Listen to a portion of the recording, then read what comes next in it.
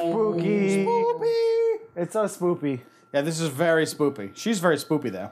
Halloween 2016, Yes, Barfin, Mac. when we made a second attempt to do a narrative Halloween show. Yes. And I think we topped 2015. I agree, too. I think we definitely did. I think 2015 is really, really, really good, but I think we pulled off a lot of interesting things, Yes. I think. Yeah. This was the very last thing I did was this montage because it wasn't comprised of anything we shot. Yeah. This is all like either stock footage or... Empire Pizza Review was the last thing we shot too. We did decide, of course, to shoot an entire episode. And once we had edited together an entire episode, we were like, well, should we air it? And when should we air it? So we decided to tease the whole Halloween show. I remember I was actually a little surprised that it came out when when it just showed up on my feed. I was like, oh, I know we were doing that joke, but I didn't know we were going to actually release it. Oh, I didn't keep you up to date at all? No, I mean, I'm sure you did, and I just forgot. Yeah, we didn't even tell him that, we planned the shoot for all one day. We said it was 2 shoots so that he wouldn't get too That's tired. right, actually. It's got to be 2 shoots. And then we just shot the whole thing of a day. And Yep, it was fine. We kind of figured it out. Of course, her chains were bought at Spirit Halloween in plain sight. And I think they actually look really good. And we had to think about things like, let's only shoot after we've made Mac so that she has Mac to clean up. Exactly, yeah. And I remember that joke, the thanks for cleaning the kitchen data, was written by Zach at a cookout. Because as we were trying to figure out what to do. So...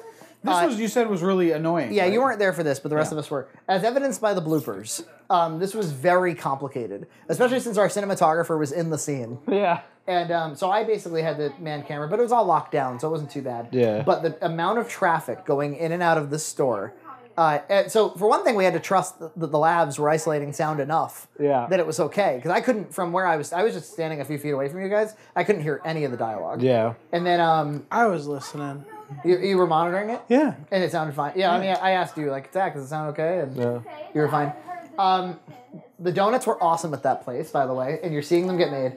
The owner there was very nice to let us do this, but he, after about a half hour of us, trying to get off a shot and then running away as a bunch of people came in, he started to lose patience. Yeah. Understandably. This whole thing. He was like, when are you guys going to be done?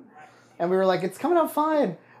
We did a lot of cheating, so now this is actually pulled way away from the door. Yeah. Yeah. So that we don't have to be in anybody's way. Yep. But, Yeah, and there was a lot of equipment, too. We were using, a new monitor. We were using a new lens. We were using a lot of things that we probably should have, done planned. a test run. Well, more test runs, but I think it came out really great. We got the coverage we needed. Yeah, I really love the aspect ratio we chose for this. So this is anamorphic. Yeah, this is a 2 times anamorphic, so we're shooting in 4:3 mode on a Panasonic GH4. Yep. And so then it's 2 times that aspect ratio. So a lot of films are. This is basically super cinema. Yeah, super cinema. There's also a grain scope. filter that we did decide to put over the entire thing.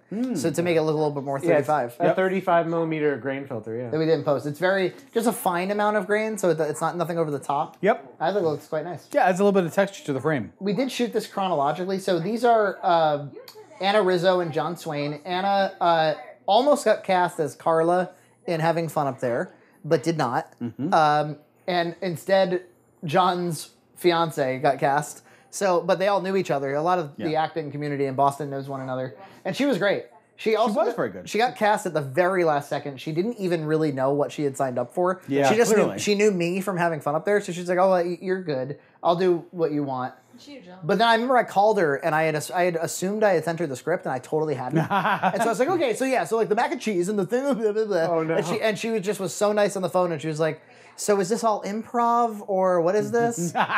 Because she probably watched an episode of BoxMac and I was like, no, there's a script. I should probably send you the script. Yeah. This is a real abandoned house that we had no permission to shoot in. Yep, We in parked Westport. in the parking lot across the street from it. And in costume, especially when we shoot the end credits, we all had to walk across the street like a bunch of freaks in costume. The 3 or 4 cars that passed by while we were doing that must They have were thought, they were totally what the wide-eyed. hell is going on? A woman in a jacket, a cop. Everyone had the little granny square blanket. Yes. Yes. It was like, this is so strange. And we're just walking off into the woods to an abandoned to an house. abandoned home. It's so weird. Around Halloween time. And that, Here's Nina's big reveal. I do like that the inside is just John's house. Yeah. Like this, it just overgrew. Yeah. Because we never, in BoxMac proper, we've never seen an exterior of the home. That's true. Yeah. Well, I suppose we have if you count the gardening videos as continuity. And here's the trope where you film while Right. you are in trouble. Which is actually kind of hard to figure out. Like, so do I change the aspect ratio during that? And I would- I ultimately decided not to. Yeah. And strangely, the iPhone footage matched okay. Yeah. With, iPhones are kind of magical in some ways. I like that shot, like the push in. Yeah. This was EJ and I found this to be a little bit more challenging because there's a little bit more action, like in terms of just like getting people where they, Staging, especially in framing. this teeny little space. Yeah, there was we didn't plan anything or do storyboards, so it was all impromptu. Yeah, all shot in one day and shot pretty much chronologically, Yeah. with the like some small exceptions like. Were we originally thinking to maybe do it in a different kitchen? Was that? I thought we had talked about. Yes, that a little actually, bit. yeah, I had pursued on Airbnb for a while. Yeah. I was looking at this historical house in Fall River, and we were going to shoot It was a around pretty that cool area. house. We were It gonna was shoot very It Victorian. would have been cool, but didn't work out. ultimately it was like they wanted us to take really nice care of the house, and we couldn't promise that we would. Ultimately, it probably would have been fine. Yeah. But I wouldn't want to be like watched the whole time we were shooting. Yeah. That's true.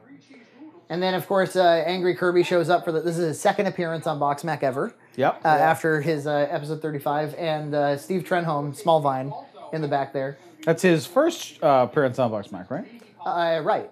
Nina and I got I think the picture of me is definitely a freeze frame from BoxMac. Yeah. Same with the one from Nina. Interesting. I think it's a turn to camera thing. Oh, yeah. Like in one of the early episodes. And we got them printed up at Office Max, and then we cut them out with scissors. And by the way, the Office Max lady was like looking at the two of us there printing them. It was like, Yeah. okay, just a bunch of giant things to your faces. I also needed a bunch of copies of the script printed, and because I asked for 11 by 17 cardstock of the faces, she thought I wanted that for the script. So she printed a copy of the script on 11 by 17 cardstock. Oh my gosh. It was like massive script, and I was like, no, this is not what I asked for. But once we put the masks on other people, I don't think I knew it was going to be as funny as it was. It's so funny. It is very Especially the listless, limp Frankie over there, and I'm a little bummed that the string seems to have come undone halfway through shooting for Angry Kirby. yeah, and poor Angry Kirby. I mean, he's a trooper. He comes over to help, and we're just like, cover your face this whole time. Yeah. Act And he like a wanted grunt. to show his face for sure, which we did find a way to do. And then it's always like fun, like, okay, so do we, it's like, is EJ there shooting? Like in the story? No, we don't really address that, but that's okay. There's supposed to be sort of the joke of like, Thank you, Ghost of EJ. you know, it's kind of like we exit the story just for the review, but we also sort of don't. The makeup we put on John, aside from just the sort of teeth blackout stuff, which you forgot about almost immediately, right? Yeah. But if you looked in the mirror, you were like, oh my God. I look Yeah, it looked scary, which was good. But we also took, it was some kind of like ghostly face paint. Yeah, from, I probably could have used more of it, to be yeah. honest. But But I think it's fine. It looks like maybe you've gone. I've got a strange palo. Yeah. Yeah. Yeah. They start talking about gardening. Yes, that's what I do. This is from Troll 2, Troll 2? because Nina made a reference. Oh. That was, of course, before Scavenger Junt. You're talking about the abandoned wings. Yes. They would learn much more. They would. And on this very Blu-ray that they're watching, they can watch Scavenger Junt. They can. Oh. Yeah, well, go check that out.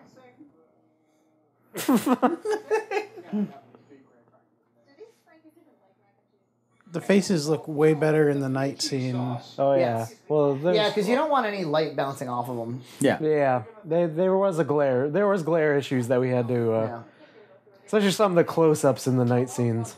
So, from a technical point of view, Halloween 2015, you rented / borrowed the Ninja Assassin monitor Yeah. so that we could shoot on that other format, the Vlog. right. But it was a 422 ProRes with Vlog, and that turned out really good. And we shot in 4:3, so it had the Tales of the Crypt.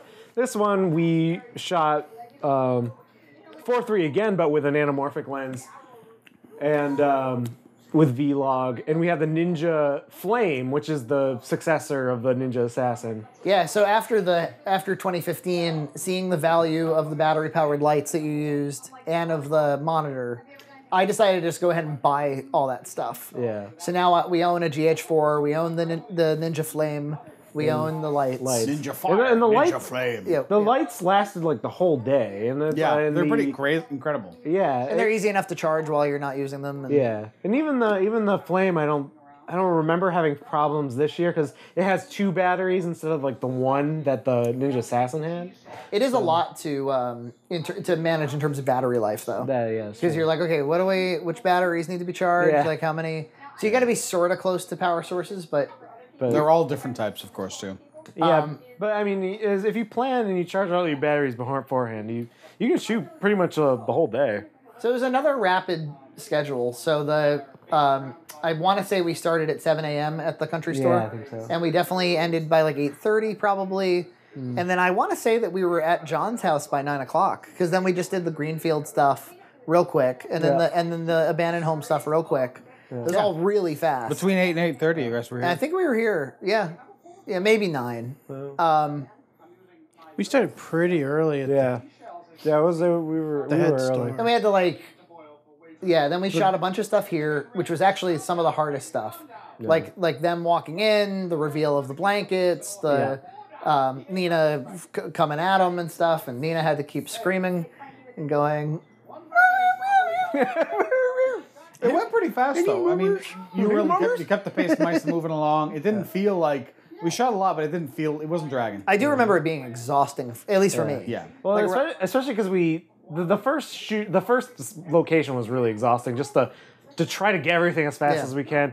We had to set up the monitor. We had to set up the camera. I had to remember my freaking lines, and that was the most stressful part. But then after that, it was just systematically getting through everything. That was probably the most challenging to edit as well, because our coverage was limited because of our situation. Yeah, because we didn't want to stay too long. There was people going in and out, and we started with the wide, which you always do, but we kind of hadn't figured out placement completely. So when editing, the actors didn't land in their spot until sort of an unideal point. So I had to kind of get creative with how to cut all that up. But it always works out. It almost always works out. Yeah, you figure something out. Yeah, editing is puzzle. It's like problem solving. Yeah. I mean, it really is. You have limited sets of stuff, but I think there was you had a couple of different lines, about a man Junt in my town, and there was something else you said, and cutting one of them actually made it work better. And then sort of kept things moving, and you never quite know until you shoot it. Yeah. But I think that country store looks great. I think that whole scene looks great. Yeah. I think it came out great. Especially how worried we were leaving the country store. I remember some people asked, how long did it take to write? So these, I always know I want to do these. I just sometimes don't know what they're going to be. So then, as October 1st starts to approach, you start to realize, you're well, with the amount of time it takes to shoot, edit, prepare, we have to have shot this by the first weekend of October, basically. Yeah. So that means that it needs to be written pretty much in early September, because you need the month to prepare and to make sure you get all the props and that you've cast everybody and all that. And it took a while to cast everybody. I was courting a different actress for a while. This is when John goes crazy for this. But anyway, for that reason, I was I just got to come up with an idea. Yeah. And I came up with this, I think we came up with it at an August cookout. We're all right, so maybe John's, in a, they've run out of Max, and Frankie and John are no longer working together. Yeah, I remember the cookout now. Yeah. And then I wrote it on a Saturday afternoon, and then we were just kind of running with it. And I never, once you write it, you're is this any good at all? I wrote this very quickly.